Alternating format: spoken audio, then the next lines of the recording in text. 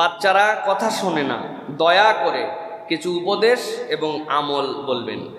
এটা কি বাচ্চাকে বলবো না বাচ্চার বাপ মারে? আচ্ছা, যদি বাপ মার জন্য হয়, আমি আপনাদের কাছে সিনসিয়ারলি বাচ্চাদের বিষয়ে কয়টা কথা বলতে চাই। প্রিয় ভাই এবং বোনেরা যারা আমাদের কথা শোনেন, আমি আপনার কাছে 6টা কথা বলবো। বাচ্চা কাচ্চা কথা শোনে না, আর 2টা দোয়ার কথা বলবো। দেখেন, যদি এটা করি আশা করি কাজ হবে ইনশাআল্লাহ। 1 নম্বর বিষয় যেটা বলবো, আমরা ধৈর্য হারা সন্তান একটু কিছু করলেই, আমার চিন্তার থেকে একটু বাহিরে চলে গেলেই আমি মনে করছি এই সন্তান শেষ, আর হবে না, মনে হয় একবারে ধ্বংস হয়ে গেছে। বয়স কত? 8.5। 8.5 আপনি তারে বাতিলের দপ্তরে ফেলাই দিচ্ছেন, 10 বছরে বাতিলের দপ্তরে ফেলাই দিচ্ছেন। আমি বলবো প্রথমে ধৈর্য ধরেন, ধৈর্যটা আগে নিজের মধ্যে রাখেন, যে তার বয়স এমন কিছু হয় নাই যে আপনি একদম সব শেষ হয়ে গেছে ভাবতেছেন। এটা 1 নম্বর। 2 নম্বর বলবো, নরম ভাষায় কথা বলেন। আমাদের বাপ মা এবং সমসাময়িক তবিয়তে, বাঙালির কালচারে সন্তানের সাথে যে নরম ভাষা, এটা আমরা শিখি নাই। আনাস রাদিয়াল্লাহু তাআলা বলেছেন, নবীজি আমাকে এরকম বলেন নাই। উফ আনাস! তাহলে একটা ছোট মানুষের সাথে সর্বোত্তম ব্যবহার নবীর মতো পারবো না, কিন্তু আমাদের বাচ্চাদের সাথে আমরা নরম কথা বলি না। এই ভাত খেতে আয়, এই পড়তে বস, কই গেলি রে, তাড়াতাড়ি রেডি হ, জলদি গোসল কর, বাড়ালি না কেন এখন? সবই আদেশ নির্দেশ, কিন্তু এগুলোর মধ্যে একটা ডাঁট আছে। কথা কি ভুল বললাম ভাই? হ্যাঁ। অতএব আমি বলবো নরম ভাষায় কথা বলেন। 3 দিন আপনি রেজাল্ট দেখতে পাবেন। 3 নম্বরে বলবো, শাস্তির বদলে বিকল্প দেখান। আপনি শাস্তি সব ক্ষেত্রে দিয়েন না, এটা করলেই শাস্তি। বিকল্প বলেন, আপনি তাকে বিকল্পটুকু আপনি উপস্থাপন করেন। বুঝেন নাই আপনি, আমি জানি বিকল্প কি। এই যদি না পড়িস পায়খানার ভিতরে আটকায় রাখবো, বাপ মা বলে এরকম কথা। যদি না পড়িস লোকজনের সামনে বলে দিব, দিয়ে তোর টিচারের নামে বিচার দিয়ে দেব। আপনি বেইজ্জত করে দিচ্ছেন। আপনি যদি পারিস তাহলে তোর জন্য কিন্তু আব্বু এইটা রান্না করে তোরে খাওয়াবো, যদি করিস তাহলে এই গিফটটুকু কিন্তু মাসের শেষে তোকে দিব। এই যে আপনি শাস্তির বিকল্প তার সামনে না দিয়া, খালি সব সময় মনে হচ্ছে আপনার বাড়ি জেলখানা আর আপনি হচ্ছেন জেলার। এই যে আপনি ফ্যাসিস্ট চরিত্র নিয়ে আসছেন, এই কারণে সন্তানরা এলোমেলো হয়ে যাচ্ছে। এরপরে 4 নম্বর যেটা বলবো, উদাহরণ দিয়ে শিক্ষা দেন। নিজে সালাত আদায় করে না, বাচ্চা কাচ্চারে কয় নামাজ পড় নামাজ পড়। আপনি যায় নামাজে দাঁড়ানোর আগে অজু করছেন, তখন তারে অজু করায় পাশে নিয়ে আসেন, উদাহরণ দিয়ে শিখান। নিজে মোবাইল নিয়ে বলছে তোদের কিন্তু মোবাইল দেখা অনেকক্ষণ হয়েছে, আমি দেখছি, রাখ রাখ। উনি ঠেলতেছে, আছে না? হ্যাঁ, উদাহরণ দিয়ে শিক্ষা দেন। আপনি নিজে উদাহরণ হন তার জন্য। এরপরে বলবো, প্রিয় ভাইয়েরা, ভালো কাজের প্রশংসা করেন। আপনার সন্তান ভালো কাজ কিছু করলে আপনি করার জন্যই তো দিছি স্কুলে, এর আবার বলার কি আছে, এরকম মুড আছে আমার। প্রত্যেকটা ভালো কাজের প্রশংসা করেন। সে যেটা ভালো করেছে, মাশাআল্লাহ নামাজ পড়ে ফেলছো, বাবারে বাবা তুমি অজু করে ফেলছো, বা নিজের কাজ নিজে তুমি করতে শিখছো, মারে মুজা আজকে তোমারে খুঁজে দিতে হয় নাই, তুই তো তোর মুজা বাইর করে ফেলাইছিস। এই যে ভালো কাজ করছে না, এইটা বাহ, আমি তো এসি বন্ধ করতে ভুলে গেছিলাম বাসায়, ফ্যানের সুইচ, মা এটা কে করলো? আমি করছি। ওয়াহ মাশাআল্লাহ, তুমি তো ভালো করছো, অপচয় থেকে আমাকে বাঁচাই দিছো। প্রত্যেকটা ভালো কাজের প্রশংসা করেন। সর্বশেষ বলবো, তাদের বয়স উপযোগী হন। এটা আমার সমস্যা, আপনাদের না। আমার ছোট বাচ্চাগুলা ছোটতে একটু কথা বলে বেশি, 1-1.5 বছর থেকে এমন কথা বলে, ম্যাচুরিটিটার মনে হবে 5, 6, 7 বছরের বাচ্চা এরকম কথা বলে না।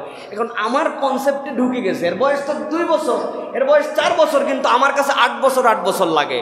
এই জন্য আমি এখন আমার এই 40 দিয়ে ওর 8কে বরাবর, না এটা করবি না, এটা কর।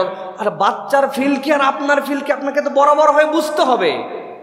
আপনার এই ফিল যদি না বোঝেন, তাহলে আপনার কাছে কখনো বাচ্চা আপনাকে হ্যাপি করতে পারবে না। তার বয়স দিয়ে এইটাই করো, কতক্ষণ সে বসে থাকতে পারে না। আমি যেটা 20 মিনিট বসে থাকতে পারি, আমার বাচ্চা 5 মিনিটের বেশি পারবে না, কারণ তার বয়সের এখানে একটা দিক আছে। সুতরাং আপনি তার বয়সের চোখ দিয়ে ফ্রেমিং করেন, তাছাড়া আপনার বাচ্চার কাছে আপনার মনে হবে আপনার কথা শুনতেছে না, এ হচ্ছে না, সে হচ্ছে না। এই জিনিসটা অধিকাংশ পিতামাতা ফিল করেন না, যে আমরা আমার 40 দিয়ে তাকে মাপি। আমার বাপ যাচ্ছিলেন সাথে, একটা গাছ থেকে আম ঝুলে আছে, আব্বা হাত দিলেই পায়। আমি আব্বাকে বলছি, আব্বা আমটা পারে দেন। আব্বা বলছে, না না না, মানুষের বাড়ির আম, এটা পারা যাবে না। আমি ওই দিন মনে মনে নিয়ত করছি, খালি আব্বার সমান হাইট হই, এ আম একটাও রাখবো না। ঠিক আব্বার সমান হাইট হয়ে আমি আম ধরতে পারি। আমার মেয়ে ছোটটা, দোয়া যেটা নাম, ও বলছে, বাবা আমটা একটু পাইরে। তোমরা হ্যাঁ বোকা কোথাকার, আম পারা হবে না, এটা মানুষের আম। ও মনে মনে ভাবছে কিন্তু আমি বাপের সমান হই, পারবো। তা আমি আমার বাপের সমান হলে যে ম্যাচুরিটি, তা আমার তো এই ম্যাচুরিটি এই বেলায় নাই। এখন আমি দুইজনকে যদি সমান করি, ওই জায়গায় যাওয়ার পর আমি বুঝবো যে আমি যেটা করছিলাম। এই জন্য আমাদের বাপ মার এই শৃঙ্খলা দেওয়ার ক্ষেত্রে আমরা মাপে যোগ বিয়োগে ভুল করে ফেলি। এই জন্য সন্তানকে মনে করি কথা শুনতেছে না, এটা একটু নিজে নিজে ভেবে ভেবে বের করার জন্য চেষ্টা করবেন। দুইটা দোয়ার কথা বলেছি। একটা দোয়া সূরা ফুরকানের ৭৫ নম্বর আয়াত, র্যান্ডম নামাজে কালামে হাত তুলে দোয়ায় সন্তানের জন্য, রব্বানা হাবলানা মিন আজওয়াজিনা ওয়া যুররিয়াতিনা কুররাতা আয়ুনিন ওয়াজআলনা লিল মুত্তাকিনা ইমামা। আল্লাহ, আমার সন্তান, আমার পরিবারকে আমার চোখের জন্য শীতলতা বানায় দাও, আমার বাচ্চা কাচ্চাগুলোকে মুমিনদের মুত্তাকিদের নেতা বানায় দাও। সুবহানাল্লাহ। এই দোয়াটা করবেন তো ইনশাআল্লাহ। রব্বানা হাবলানা মিন আজওয়াজিনা ওয়া যুররিয়াতিনা কুররাতা আয়ুনিন ওয়াজআলনা লিল মুত্তাকিনা ইমামা। আল্লাহ, আমার সন্তানদেরকে কেবল চোখের শীতলতা নয়, পরিবারকে চোখের শীতলতা নয়, তাদেরকে মুত্তাকিদের ইমাম বানায় দাও। সুবহানাল্লাহ। আর একটা দোয়া করবেন, ইব্রাহিম, সূরা ইব্রাহিমের দোয়া এটা, রব্বি জাআলনি মুকিমাস সালাতি ওয়া মিন যুররিয়াতি রব্বানা ওয়া তাকাব্বাল দুআ। আল্লাহ, আমি এবং আমার পরিবারকে নামাজিদের দপ্তরে লিখে নাও। ও আল্লাহ, তুমি আমার দোয়াটা কবুল করে নাও। এটা সূরা ইব্রাহিমের 40 নম্বর আয়াত। এই দুটা দোয়া র্যান্ডম করেন, আর যে 6টা জিনিস বললাম এটা একটু অ্যানালাইসিস করে করেন, ইনশাআল্লাহ। এই বাচ্চা কাচ্চা অবাধ্য হয়ে পৃথিবীতে আসে নাই। আল্লাহ রাব্বুল আলামিন আমাদের বাচ্চা কাচ্চাগুলোকে আমাদের চোখের জন্য শীতলতা বানায় দিবেন। আল্লাহুম্মা আমিন। সর্বশেষ শাইখ, আমার একটা প্রশ্ন, একজন মুসলমান ভাইয়ের সাথে 3 দিনের বেশি যদি কথা না বলে তাহলে কবিরা গুনাহ হয়। এই হিসাবে যদি কেউ আরেকজনের সাথে ঝগড়া করে কথা না বলে তাহলে শরীয়তে তার হুকুম কি? প্রিয় ভাইয়েরা, এখানে দুইটা দিক। একটা হচ্ছে এমন মানুষ আছে যার সাথে আমার কোনো কথাই হয় না বছরকে বছর, এটা ভিন্ন। কিন্তু পাশাপাশি থাকেন, প্রতিদিন দেখা হয়, একজন আরেকজনের সাথে দেখা হয়, কিন্তু এই দুইজনের মধ্যে ঝগড়া হয়েছে, ঝগড়া হয় একজন আরেকজন কসম করছে যে আমি তোমার সাথে কথা বলবো না। আল্লাহ নবী বলছেন 3 দিনের বেশি এইরকম করে যদি দেখা সাক্ষাৎ, পাশাপাশি চলাফেরা, তারপরে মনের মধ্যে ঈর্ষা রেখে যদি কথা না বলে, এইটা একটা গুনাহের কাজ। সুতরাং আপনাকে এখান থেকে বেরিয়ে আসতে হবে।